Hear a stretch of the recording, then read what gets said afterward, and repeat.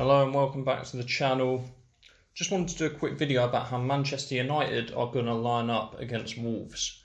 So basically, I've done a quick lineup you can see in front of you here. It's difficult at the moment because we've won our first game 5-1 against Leeds, and then obviously very disappointing drawing Southampton in the second game. Now Solskjaer's obviously made some inexplicable changes in the second game. So I'm just going to go through it bit by bit. So in goal, I think it's a no-brainer, David De Gea. He is better than Dean Henderson at everything other than saving penalties. So I think it's got to be David De Gea still in goal. Centre-backs, obviously Harry Maguire will stay being the captain. I do think Victor Lindelof gets treated a bit harshly at times. But ultimately we've bought Varane as a partner for Harry Maguire. So it's got to be Harry Maguire and Raphael Varane at the back. And we're going to see what all the fuss is about with this partnership. And I do think that's what Solskjaer is going to do. Obviously, left back and right back, they pick themselves. Luke Shaw, probably the best left back in the Premier League at the moment. And Aaron Wan-Bissaka, we haven't got anyone that's better than him, to be honest. So the double pivot in the centre of midfield. Now, I personally believe that Solskjaer is going to play Fred and McTominay here. However, I think we need Pogba in that double pivot.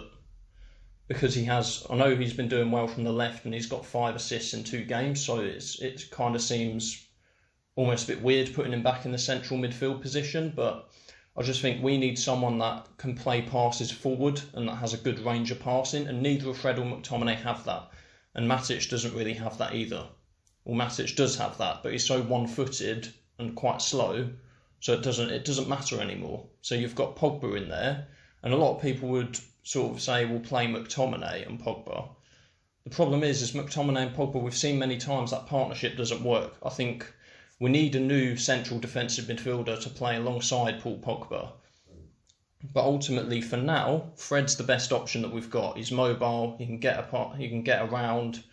Pogba doesn't, for all his ability, doesn't move that much and doesn't always tackle that much. So you've got to have someone alongside him that can really run, and Fred is that guy. As long as Fred just gives the ball to Pogba when we're on the attack, and then Pogba can sort of spray his passes left and right, keep the ball moving, and then that's going to be a pretty good start for us. Bruno Fernandes obviously is a no-brainer in the number 10 role. There's no argument there really. He scored a hat-trick in the first game. Our best player last season.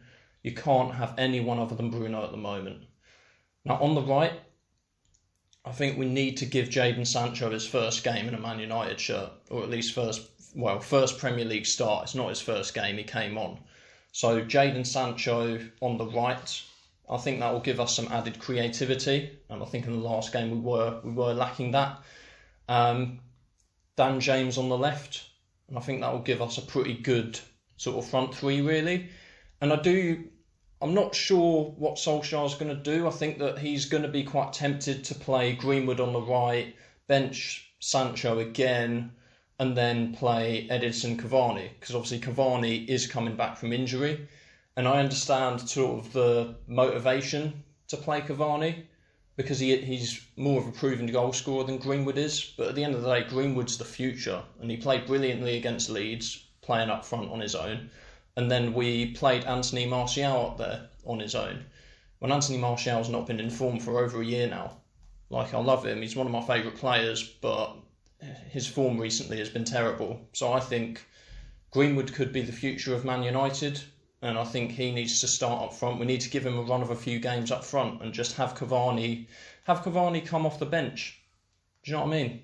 Have Edinson Cavani come off the bench, and then have Greenwood play through the middle the whole game, the majority of the game. So that's my 11. Obviously not everyone's going to agree with that.